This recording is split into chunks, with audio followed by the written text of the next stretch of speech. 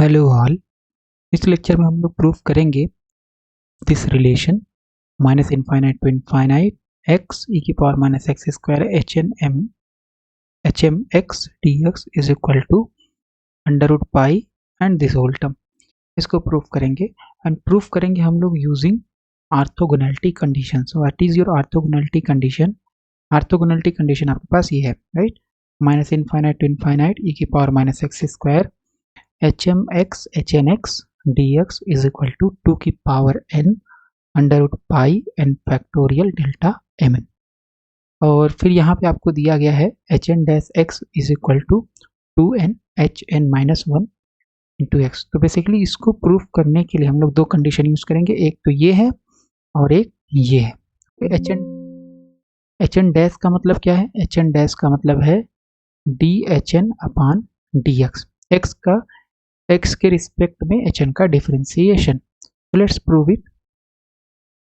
इसको प्रूव करते हैं हम लोग। Consider so proof, right? मान लेते हैं ये हम लेके चलते हैं LHS। So consider this integration minus infinite to infinite x e की power minus x square H n function of x H m function of x d x. और मान लेते हैं ये जो है इसको हम लोग कैसे सॉल्व करेंगे? तो हम मान लेते हैं कि एच एम एक्स जो है ये आपका है फर्स्ट, हम लोग यूज करेंगे इंटीग्रेशन बाय पार्ट्स मेथड, और इसको मान लिया सेकेंड। ऐसा क्यों है? इसको हम इसलिए ऐसा मान रहे हैं क्योंकि जो सेकेंड पार्ट होता है इंटीग्रेशन बाय पार्ट्स में क्या है, एक फर्स्ट पार्ट है एक सेकेंड पार्ट है। तो सेकेंड पार्ट जो है उसका इंटीग्रेशन होना चाहिए पॉसिबल। ओके, सो हमें पता है एक्स ई की पावर माइनस एक्स स्क्वायर का अगर इंटीग्रेशन आप करने जाओगे तो क्या होगा? So let's assume minus x square is equal to t, तो माइनस 2x dx dt के बराबर हो जाएगा। That means you can write x dx as minus dt by 2। Okay, इतना लिख सकते हैं हम लोग। तो हमारे पास ये आ जाएगा माइनस ये x और ये dx एक साथ ले सकते हो, और ये आ जाएगा e की पावर t, e की पावर माइनस एक्स स्क्वायर मतलब e की पावर t, और x dx माइनस हम बाहर निकाल लिए, या लेट्स राइट माइनस हियर। तो x dx हो जाएगा minus dt by 2। Okay, and this minus 1 by 2 बाहर आ जाएगा, ये आ जाएगा e की पावर t dt। इंटीग्रेट करोगे तो आ जाएगा माइनस e की पावर x का इंटीग्रेशन होता है e की पावर x, तो ये हो जाएगा e की power t upon 2 plus some constant of integration. Okay, that means your x e की power minus x square dx, इसका जो इंटीग्रेशन आएगा, t की वैल्यू रख दे रहे हैं तो t की वैल्यू है, तो ये हो जाएगा minus x square upon 2। Okay, so e की पावर t की जगह माइनस एक्स स्क्वायर और ये आ गया upon 2 plus constant of integration, right? So इसलिए हम लोग ये जो फंक्शन है इसको मानेंगे सेकंड पूरा क्योंकि इसका इंटीग्रेशन पॉसिबल है, और इसको मान लेंगे फर्स्ट, तो इसका हम डिफरेंशिएशन कर सकते हैं, right? Okay, so let's start. मान लेते हैं ये आपके पास i है, इसको हम पूरे इंटीग्रेशन को i मान लिए, तो i बराबर आ जाएगा x e की पावर माइनस एक्स स्क्वायर। तो आपको पता होना चाहिए कि इंटीग्रेशन बाय पार्ट्स में क्या होता है। तो इंटीग्रेशन बाय पार्ट्स होता है u v dx। ओके, तो अगर दो फंक्शन का इंटीग्रेशन है, मान लो अगर ये फर्स्ट फंक्शन है ये सेकेंड फंक्शन है, तो हो जाता है फर्स्ट फंक्शन सेकेंड का integration minus integration differentiation of first function, फिर इंटीग्रेशन ऑफ सेकेंड फंक्शन, जो भी वैल्यू आई पूरा इंटीग्रेशन। ओके, सो ये फार्मूला होता है। तो हमारे पास u क्या है? सो u है आपके पास एच एम एक्स, और v क्या है? x e की पावर माइनस एक्स स्क्वायर। सो रख देते हैं यहाँ पे, तो हमारे पास आ जाएगा i is equal to, okay, so first function you have hn function of x, hm function of x, then integration of second, ये हो जाएगा x e की power minus x square dx minus integration differentiation of first function. First function कितना है, h n x H M x. So h n x का मतलब है h n function of x, then h m function of x. Okay right ना, हो गया, ये हमने लिख लिया d u by d x, यहाँ पे एक ब्रैकेट लगा देते हैं। फिर हो गया इंटीग्रेशन वी डी एक्स। तो वी क्या है आपका सेकेंड फंक्शन, सेकेंड फंक्शन आपके केस में क्या है, एक्स ई की पावर माइनस एक्स स्क्वायर। सो एक्स ई की power minus x square D x. Okay ये वैल्यू आ जाएगी। और क्योंकि ये डिफिनिट इंटीग्रल है, तो डिफिनिट इंटीग्रल में जब इंटीग्रेशन बाय पार्ट्स करते हैं तो यहाँ पे आपकी लिमिट आती है माइनस इनफाइनाइट टू इनफाइनाइट, और यहाँ पे लिमिट आ जाएगी, और लिमिट क्या है minus infinite to plus infinite. Okay इतनी वैल्यू आ जाएगी, right. So this is your h n x, then you have h M x. इस इंटीग्रेशन की वैल्यू हम लोग निकाल चुके हैं, ये आया है ई की पावर माइनस एक्स स्क्वायर। अब क्योंकि ये डिफिनिट इंटीग्रल है, कांस्टेंट को छोड़ दो, कांस्टेंट की कोई वैल्यू नहीं है, सो ये आ जाएगा माइनस ई की power minus x square upon 2, minus infinite to plus infinite. Okay right, then you have minus integration minus infinite to infinite, curly bracket लगा लेते हैं। सो यहाँ पे दो फंक्शन है, एक है एच एन, दूसरा है एच एम। फर्स्ट फंक्शन का डिफरेंशिएशन ये हो जाएगा d H n upon d x, और उसको हम लिख रहे हैं h n dash into second function plus, अब बार बार फंक्शन ऑफ एक्स लिखने की जरूरत नहीं, क्योंकि ये ऑलरेडी अंडरस्टूड है कि एच एन किसका फंक्शन है, एक्स का, तो ये बार बार हमें लिख के बताने की जरूरत नहीं है। यहाँ पे just h n dash into h m plus, तो फर्स्ट फंक्शन का डिफरेंशिएशन सेकेंड, फिर प्लस फर्स्ट इंटू सेकेंड का डिफरेंशिएशन। डिफरेंशिएशन का मतलब क्या है, डैश, डैश का मतलब क्या है d h m upon d x, ये है d H n upon d x. Okay ये हो गया, और यहाँ पे हम लोग एक छोटा सा ब्रैकेट लगा देते हैं। ये पूरा डिफरेंशिएशन हम लोगों ने कर लिया फर्स्ट इंटू सेकेंड के फंक्शन से। फिर इसकी वैल्यू क्या हो जाएगी, इसकी वैल्यू हो जाएगी ई की power minus x square upon 2। Again this is your definite integration, तो आपको इसके अंदर कांस्टेंट लिखने की ज़रूरत नहीं है, और ये हो गया डी एक्स। ओके ये डी एक्स जो है आपका बाहर होगा, राइट, ये वैल्यू आ जाएगी। ओके सो यहाँ से हम लोग ये -1/2 बाहर निकाल सकते हैं, और आ जाएगा I is equal to -1/2 H n function of x, H m function of x e की power minus x square minus infinite plus infinite, minus infinite to plus infinite. फिर माइनस यहाँ भी बाहर निकाल लेते हैं, क्योंकि ये भी इनटू में है, ये भी ब्रैकेट इनटू में है, तो ये -1/2 बाहर निकालेंगे तो ये आ जाएगा plus 1/2, then you have hn dash hm,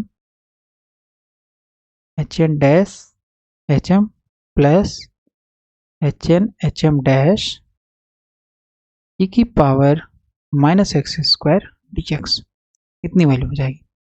okay so let's substitute the limit here, तो हो जाएगा -1/2 hn, तो अपर लिमिट हो जाएगा hn इनफाइनाइट पे और hm एट इनफाइनाइट पे।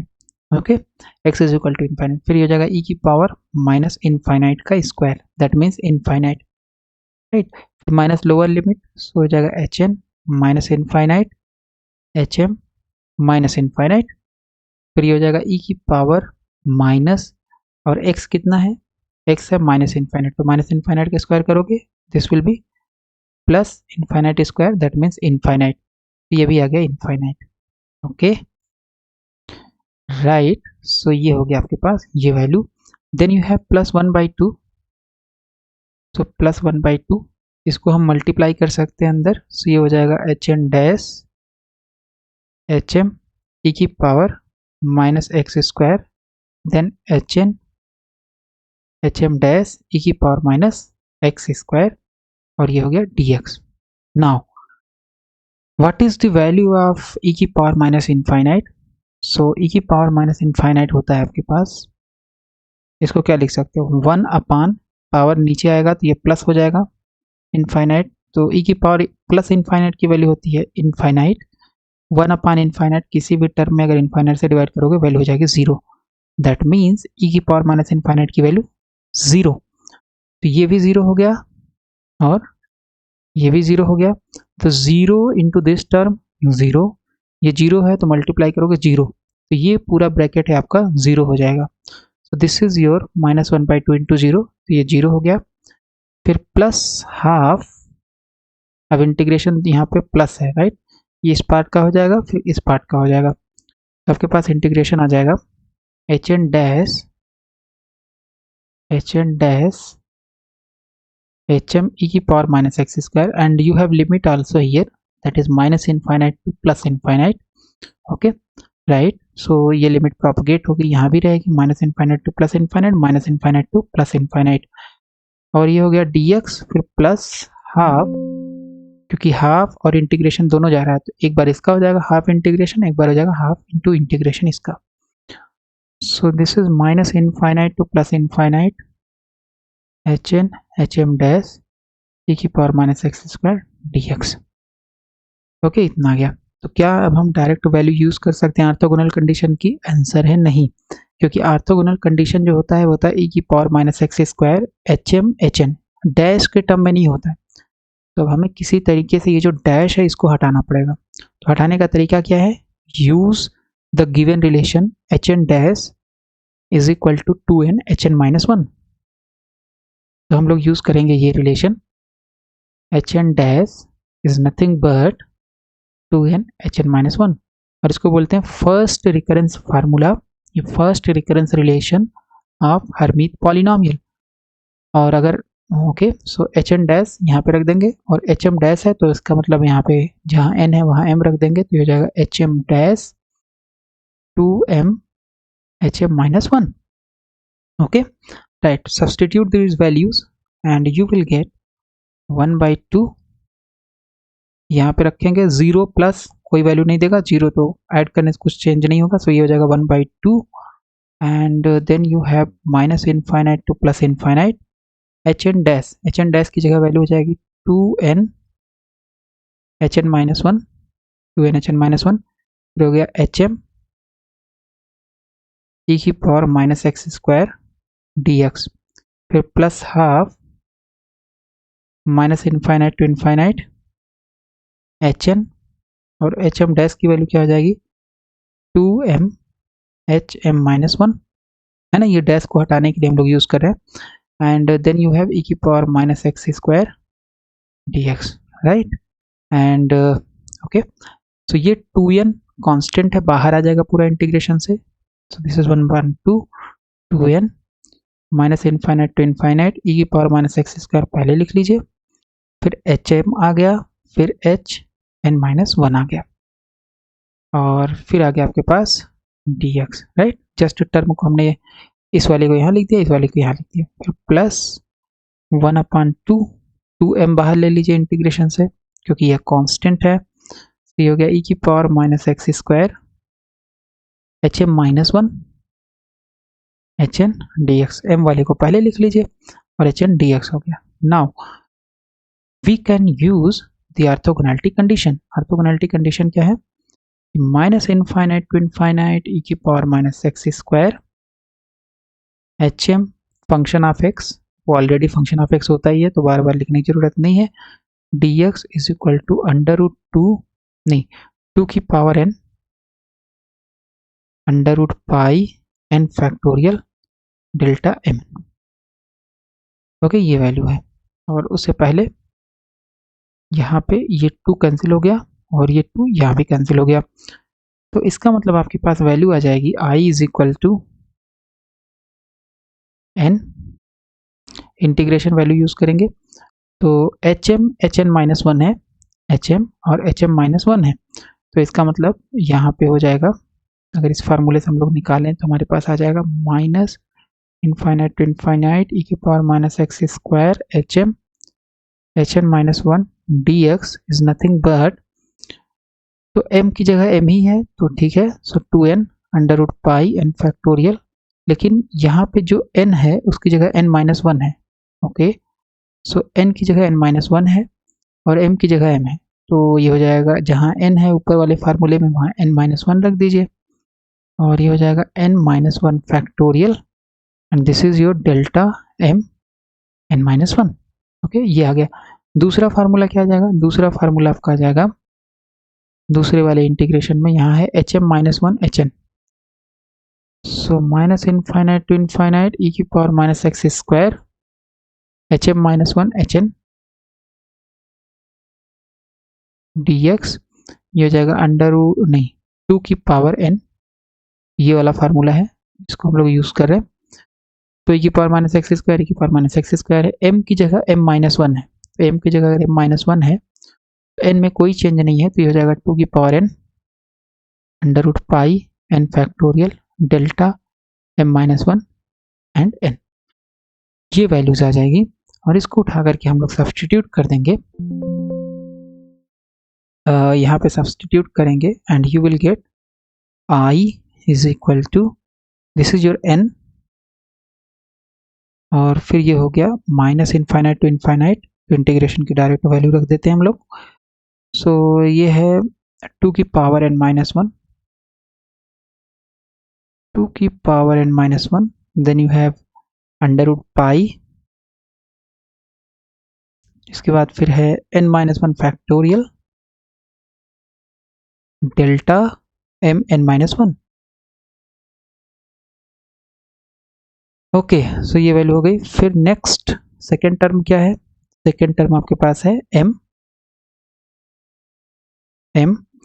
ओके, और फिर यहाँ पे क्या है m की जगह, फिर इसके बाद है ये इंटीग्रेशन, इस इंटीग्रेशन की वैल्यू हम लोग निकाल चुके हैं। तो this is 2n under root pi n factorial delta m-1 and n, इतनी वैल्यू आ जाएगी। ओके, सो ये हमारे पास आ गया रिजल्ट। अब इसमें हम लोग कॉमन क्या क्या निकाल सकते हैं? अंडर रूट पाई बाहर निकाल सकते हैं, राइट, अंडर रूट पाई बाहर निकाल सकते हैं, और ये हो जाएगा। सो दिस इज नथिंग बट, अगर आप अंडर रूट पाई बाहर निकालोगे तो ये आ जाएगा आपके पास, okay let me check, right, so this is root pi 2n-1 and factorial delta m delta n m-1, okay delta m n-1, right, फिर यू हैव 2 की power n m n factorial delta m-1, right, ये सही है। Okay, लेकिन ये जो term है आपके पास 2 की पावर n और फिर ये m है यहाँ पे डेल्टा n m-1, इसको हम लोग मॉडिफाई कर सकते हैं। कैसे? इसको थोड़ा सा हम लोग, क्योंकि हमारा आंसर जो है उससे मैच कराना है, सो इसको हम लोग कैसे लिख सकते हैं? तो 2 की power n m under root pi and then you have n factorial delta m-1 और n, इसकी वैल्यू हो जाएगी 0 और इसकी वैल्यू हो जाएगी 2 की पावर n,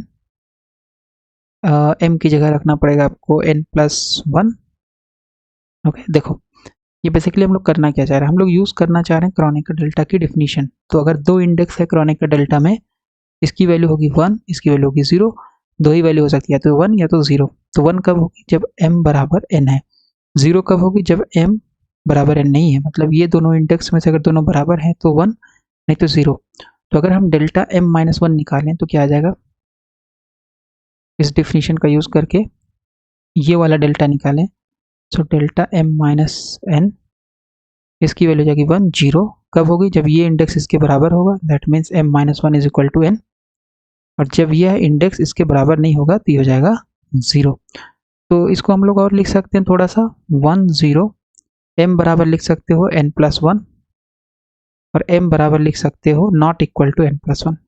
तो अगर m की वैल्यू n+1 के बराबर नहीं है, m की वैल्यू n+1 के बराबर नहीं है, तो उस केस में हमारे पास ये 0 हो जाएगा और ये 1 हो जाएगा। That means you can write it as, ये जो है इसको लिख सकते हो 0